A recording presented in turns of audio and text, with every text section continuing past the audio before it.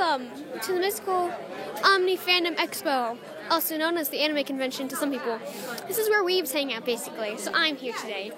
And today I have a press pass, so that means I can go and interview people. So I can't wait to show you guys all these amazing people that we're going to interview today. So let's go. Oh, woo.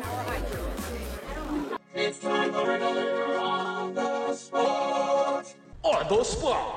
Is there anything valuable you gained from doing all your voices? In other words, are there any new skills that a voice has taught you to use when you're doing new voices? I would say, especially because of the background that I have, coming from stage and coming from improv, a lot of times when I go into a booth, I don't even know what character I'm recording. Like if it's not a regular character, like if they're just asking me to come in and do something, it allows me to have more quote-unquote like tools in my tool belt.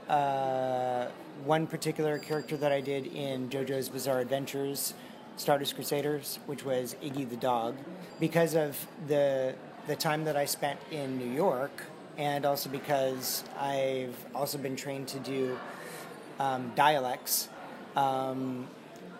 it allowed me to put a little bit of a different spin than I think some of the other actors who tried out for that role. I might come in with a certain idea for a particular character, like once they say, okay, this is what you're going to play, and I might have an idea for it, but they said, yeah, that's good, but do you have something else? And it's like, I don't really have to stand and think about it very much, because it's like I could just like pull another tool out of my tool belt, so to speak, you know? Where do these voices come from for these characters? When I was in college, I learned to do a bunch of different dialects. I also have a pretty good ear for recognizing how certain people speak. If I listen to it long enough, if I think I can get close to it, you know, then you have certain characters that maybe some people don't remember. But if they ever like want to bring that character back or something, you know, Mrs. Doubtfire is a really classic film, family movie, and there's a particular actor in there by the name of Robin Williams. You know, the thing about it here is, you know, if you listen to him long enough, then you can start sounding just like him. So one of the things that I did when I first started getting into voiceovers was I would always try and challenge myself as an actor. And so what I would do is I would grab a comic book, and I would look at the comic book from front page to back page and everything in between. And the challenge that I would have for myself is that I would read every single character, whether it's a male or female, didn't matter, and not judge myself, but just read it as if that comic book came to life. So each character had to sound different, and I would record it. And if listening back to what I recorded, if I felt like two people sounded too similar to each other, then I'd go back and I'd have to do it all over again. It was kind of like a game. So that way when I heard it back, like every single character that appeared in that comic book sounded different enough that you could actually believe that that character would actually be speaking like that. You know, it's just stuff that I picked up through the years, I think, that has helped in just coming up with a different character. For your character, Elgar on Power Rangers, which came first, the character model or the voice? The character model actually came first, because that was originally filmed at that point in time. They do things a lot differently with Power Rangers now, my understanding is. But back then, what they did was they filmed certain scenes that were in Japan. Then they brought that over here to America, and then they hired voice actors like myself to basically do what's called redub something. But yeah, that was all originally filmed like with the costume and everything, and then they brought it here to America, and then we redid it. Where did that voice come from for him? Is it the same as the dialect? Yeah, that one just, I don't know where that came from. Like, that was just like, I saw the character. I knew that he was kind of like the comic relief in the show, but he was also a bad guy.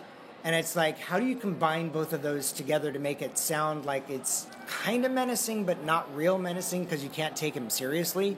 I thought, well, what can I add to what they've already done to make it sound hopefully even better? You know, I think part of it had to do with the fact of just the way that he looked and his mouth and the fact that he's got these, big teeth and this big head, but like he's constantly bumbling, and it's like, I don't know, I just came up with it somehow, and it's like, they said, that's it, that's the voice, just use it. So I did. After or before, when you saw the character model, did you ever got to meet it, or did you just see a picture of it? No, I never saw the actual model itself. What cartoon did you watch growing up that inspired you to be a voice actor?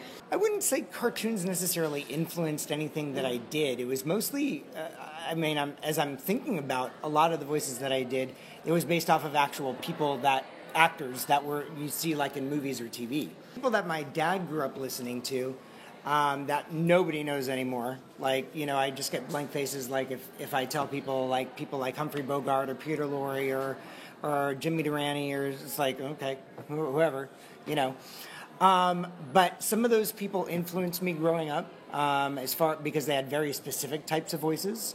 I watched a lot of cartoons growing up, but nothing that really affected me, I would say, as a voice actor, interestingly enough. Of any current cartoon, anime or not, which would you like to get a character cameo on?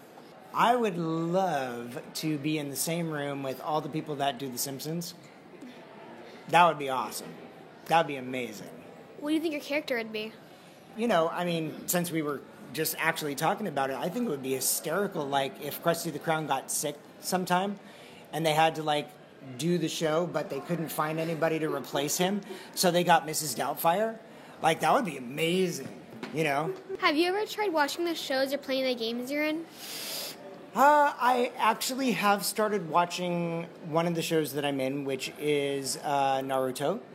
I play the bug guy, Shino Aburame, in it. And it's a very long series. That's one show that I really like watching. I haven't really played any games that I'm in, just because I, unfortunately, don't really have the time. Is it odd hearing your own voice? There's one time I could remember when the person that actually got me into watching shows that I'm in was my son. He's a very big anime fan, and he asked me if I wanted to watch one particular show that he really liked. And I'm going, sure, we could do that. And so we started watching the show. We were already a couple of episodes into it, and we were in episode 3. And the show was Sword Art Online. And as we're watching it, and we're both, enjoying it and looking at it, and it's like, my son's looking at this one particular part in the show where he's like, is that you, Dad? And I'm going, I don't know, is that me? And it's like I'm listening to it and I'm going, oh my gosh, I totally forgot I recorded that. So that was funny. Have there been any roles you didn't take up but later thought maybe I should have taken that role? I can't really say that there's any roles that I wish I would have done that I had a choice to do.